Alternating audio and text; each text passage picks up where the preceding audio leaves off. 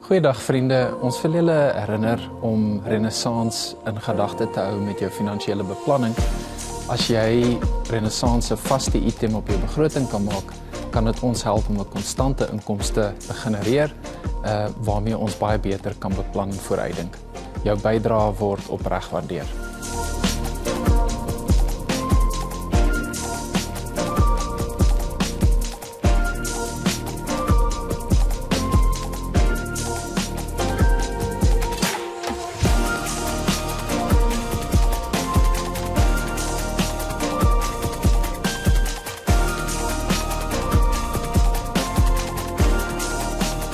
Lank genoeg na die wêreld kyk, kom jy agter dat daar twee dinge is wat mense laat swyg: musiek en water.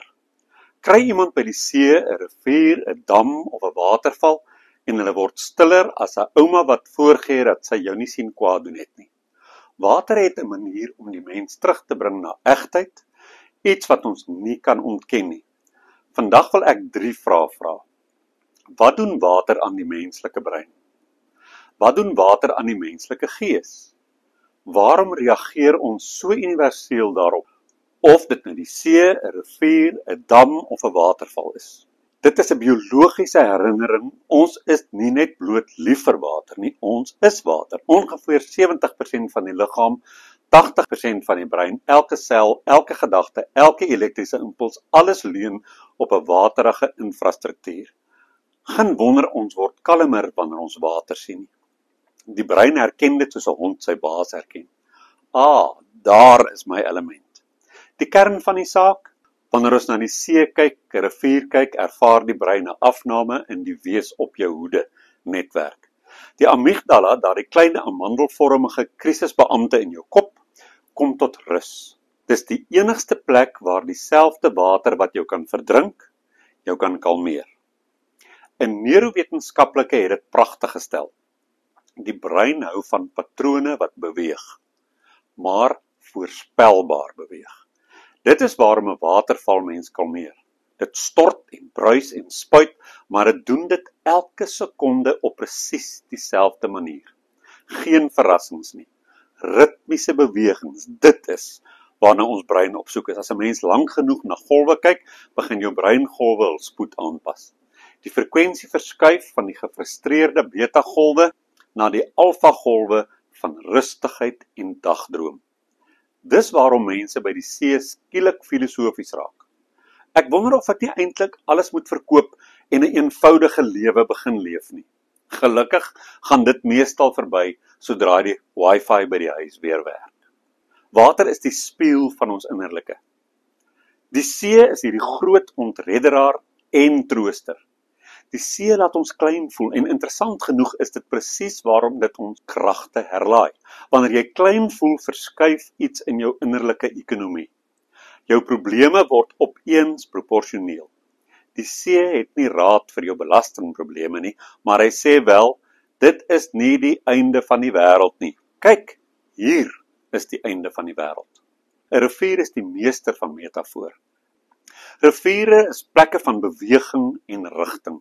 Beweging, rigting, vordering, maar sonder haas. Ons besef iets wat ons dikwels vergeet. Jy kan stadig vloei, maar steeds aankom. Riviere herinner jou dat alles in beweging is, selfs wanneer jy vasgeval voel. Damme bring ons by die waarde van stilte. Damme is water wat besluit het, ek hardloop nêrens heen nie, ek bly net hier. 'n Dam se stil oppervlak werk soos 'n spieël, letterlik en emosioneel. Mense word introspektief langs 'n dam, omdat die brein hou van oppervlaktes wat die wêreld weerkaats. Wanneer jy 'n dam sien, kyk jy eintlik na jou eie gemoed, glad, stil, of met net 'n klein briesie wat jou eie onrustigheid verteenwoordig. Watervalle is die genesende geraas. Dis interessant genoeg, die geraas van 'n waterval wat ons rustiger maak. Dis rustiger vir die brein as die stilte van 'n stil kantoor. Daar is 'n naam vir die soort natuurlike geraas wat ons kalmeer. Party mense noem dit pink noise, ander white noise. Dis 'n soort klank wat alle ander gedagtes oordonder, sonder om jou te oorweldig. Watervalle is die wêreld se goedkoopste meditasiesentra. Daar's simboliek en spiritualiteit in water. Waar jy ook al heen gaan, kulture, ou beskawings, godsdienste, literatuur, water simboliseer altyd 3 dinge. Oorsprong. Al die antieke bronne begin by water. Genesis, die diep, donker waters van woestheid. Die Egiptenare praat van die oerwater, Noen. Die Grieke se eerste element was water en die Hindoes se kosmos ontstaan uit die kosmiese see. Water is die eerste wêreld wat nie in die pad staan van die geheimenis nie. Dis suiwering. Elkeen van ons het al die behoefte ervaar om net gou my lyf nat te maak. Nie omdat water moreel beter is as seep nie, maar omdat die mens instinktief die gevoel ken. Water raak jou aan sonder om jou te konfronteer. Jy staan daar nat, maar onaangeraak. En iets in jou voel ligter. Daar's 'n oorgang. Water lê altyd tussen hier en daar. Dink aan brûe, oorgange, dope, begrafnisdienste by riviere, die simboliek van die Jordaan, of selfs net kinders wat oor 'n stroompie spring. Water is die element wat sê, niks in jou lewe is permanent nie. Selfs berge word uiteindelik modder. Water self beweeg nie altyd vinnig nie, maar dit wen elke keer. Waarom ons ligter voel by water? Hier is 4 eenvoudige redes. Water bring orde. Die mens se brein sukkel met chaos. Water skep gewoonlik nie chaos nie. Selfs sy chaos is ritmies. Wanneer ons na water kyk, kry die brein iets om aan vas te hou. 'n Patroon wat vloei. Water stimuleer kreatiwiteit. Daarom raak mense skielik poëties op rivierbeddens en sê dinge wat hulle nooit in hul kombuise sou sê nie. Soos ek voel die groot ritme van my bestaan. Geen mens het al ooit 'n gedig voor 'n mikrogolfoond geskryf nie. Water is 'n natuurlike asemhalingsoefening. Die ritme van golwe lyk soos asemhaling, in en uit. Ons speel dit onbewustelik. Water is ouer as enige menslike probleem. Die see was hier lank voor rentekoerse. Riviere vloei lank voor WhatsApp ontsteltenisse. Dit plaas ons probleme weer in konteks. Daar word vertel van 'n ou man in die ooste wat sy hele lewe lank by 'n waterval gaan sit het. Toe iemand hom vra wat hy daar leer, het hy gesê, die water leer my alles wat ek nie wou hoor nie. Dat ek nie altyd moet vasklou nie. Dat ek mag val, maar ook kan uitsprei. Dat ek nie moet vashaak by enige vorm nie. Ek is nie gemaak om stil gestol te staan nie, ek is gemaak om te vloei. Toe vra iemand, en watter groot geheime het die waterval aan jou geopenbaar? Hy glimlag net hierdie een. Ek word altyd weer water.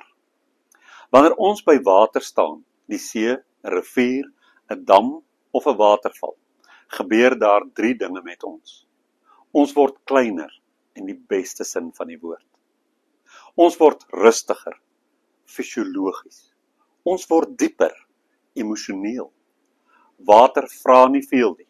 Dit toets nie jou geloof nie. Dit vra nie vandag se uitslaa nie. Dit sê net, kom sit, ek vloei, jy mag ook. Ek sit hier by die see, sand in jou skoene, sout op jou lippe en mense wat skielik poëties raak omdat hulle tee by 'n toegetrekte seelig sit en drink. En soos altyd besef ek, die see maak mens anders. Ordentlike, ernstige volwassenes raak skielik tieners. Hulle hardloop in die branders in, roep na mekaar met kyk hoe lekker groot is hierdie golf en kom dan soos halfdood seekatte uit, al snuivende, hoesende, maar so trots soos oorlogsveterane. Dis alles deel van die charme van water. Water verander ons. Die see is die wêreld se grootste terapeut. Wat niks vir ons vra nie. Ek meen, dink daaroor, jy betaal nie per uur nie. Die see vra nie hoe jou kinderjare was nie. En hy gee nie daardie terapeutiese wanneer jy iets dom sê nie. Die see kyk jou net aan met 'n houding van, ek was hier lank voor jou stres. Kom sit, ek sal alles vir jou in perspektief plaas. En dan doen hy dit. Soos 'n vriend wat net sê, Philip, dis oukei, jy is nie die middelpunt van die heelal nie. En dit is wonderlik. Dis vreemd hoe die see ons ego platstryk, maar ons selfrespek terselfdertyd ophef. Daar's 'n amptelike wetenskaplike weet waarvan ons praat. Nou ja, natuurlik wil mense hê dit moet magies wees, iets soos die see praat met my. Maar daar is ook 'n bietjie wetenskaplike logika hierby betrokke. Jou brein hou van bewegende blou goed. Die brein sien die water se ritme en sê, "Jene, dis mooi. Ek gaan vir 'n rukkie ophou paniekerig wees." Jou brein hou van voorspelbaarheid. Dit klink absurd, want die see is mos nie voorspelbaar nie. Maar probeer dit vir jou brein sê. Jou brein sien net die ritme woesh, terug. Dis die geluid van 'n reus wat asemhaal en jou brein begin saam asemhaal. Jou brein raak kreatief by die water. Daarom dink iemand skielik by die see, ek moet 'n boek skryf. Daar's 4 waters. Elkeen het 'n ander karakter in die landskap, ook van ons emosie. Die see is die filosoof. Die see is soos daardie vriend wat jou altyd stil maak, net voordat jy iets doms wil sê. Hy fluister. Dink weer. Jy's meer as 60% water en 40% foutiewe aannames. Die rivier is die lewe se graad 12 lewensoriëntering onderwyser. Die rivier sê, alles is aan die vloei man. Jy hoef nie so te jaag nie. Hou net aan beweeg. Riviere is die wyses van die wêreld. Hulle kom oral uit sonder om haastig te wees. Damme is die introverte. Die dam is net daar om uit te span en asem te skep.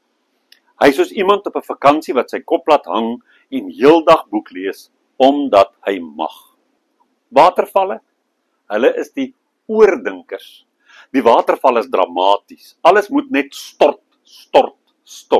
Hy het 'n flair vir oorpresteer. As watervalle mense was, sou hulle almal aan cappuccino's verslaaf wees met 'n neiging om te oorreageer. Maar jy moet van hulle hou. Hulle maak selfs jou eie drama 'n bietjie kleiner. Water is poëties. Die deel wat ons nie eintlik kan verklaar nie. Water het 'n geheimsinnigheid wat net nie rasioneel verduidelik kan word nie. Hoe jy skielik op 'n klip langs 'n rivier sit en voel of jy 'n ou zenmeester is. Hoe jy in die brander staan en dink, ek het te veel gedink die afgelope jaar. Hoe 'n dam se weerkaatsing jou herinner aan dinge wat jy lankal vergeet het. Hoe 'n waterval jou daaraan herinner dat party dinge net bly val en steeds deel van die mooi van die lewe kan wees. Water gee aan ons 'n vreemde soort selfvergifnis. Dit sê, jy hoef nie perfek te wees nie. Wees net vloeibaar. Hier is 'n kort storie oor 'n man wat sy sorge wou verdrink. Daar word vertel van hierdie man wat sy sorge in 'n rugsak gepak het en hulle see toe geneem het. Daar aangekom, het hy na die branders gekyk, sy oë toegemaak en vir die see gesê, vat asseblief net alles. Die see het geantwoord, ek sal hierdie goed vir jou hou, maar jy moet ophou om elke dag nuus te bring. Begin om my raak te sien wanneer jy by my kom sit. En daar is 'n les. Die see kan baie dra, maar hy gaan jou nie help om nuttelose bagasie te versamel nie. Hy vra van jou om teenwoordig te wees, om die probleme van jou lewenspad vir die sand van jou strandwandelinge te verruil. Wat water in werklikheid met ons doen, as ons regtig eerlik wil wees, is dit baie eenvoudig. Water maak jou weer mens. Nie 'n rol nie, nie 'n posisie nie, nie verantwoordelikhede nie, net 'n mens. 'n Klein, dankbare deel van 'n baie groot storie. Water is daardie herinnering dat jy nie staties hoef te wees nie. Nie in jou denke nie, nie met jou planne nie, nie in jou dryfvere nie. Alles mag verander. Jy mag vloei, ook deur jou donker dele, deur jou dale. Jy mag verander. Jy mag van tyd tot tyd net sit en kyk hoe die see homself elke 5 sekondes regmaak vir die volgende akrobatiese beweging. Hier is my uitnodiging. Terwyl jy nou daar sit met jou hart foos en jou kop oorvol, en ek hier met jou praat terwyl ek tans met my voete in die sand, en my hare soos 'n seewierboskasie by die see sit. Hoor die uitnodiging van die malende water. Kom wees weer eenvoudig net jy, sonder enige druk wat jy op jouself plaas. Kom wees weer vloeibaar in die verwagtings wat jy van jouself koester. Kom wees 'n slag net jy. Neem net 'n bietjie van hierdie ritme saam. Stap stadig, sonder enige dringendheid, die week wat voorlê binne. Goeiedag vriende, ons wil julle herinner om Renaissance in gedagte te hou met jou finansiële beplanning. As jy Renaissance 'n vaste item op jou begroting kan maak, kan dit ons help om 'n konstante inkomste te genereer, waarmee ons baie beter kan beplan en vooruitdink. Jou bydrae word opreg waardeer.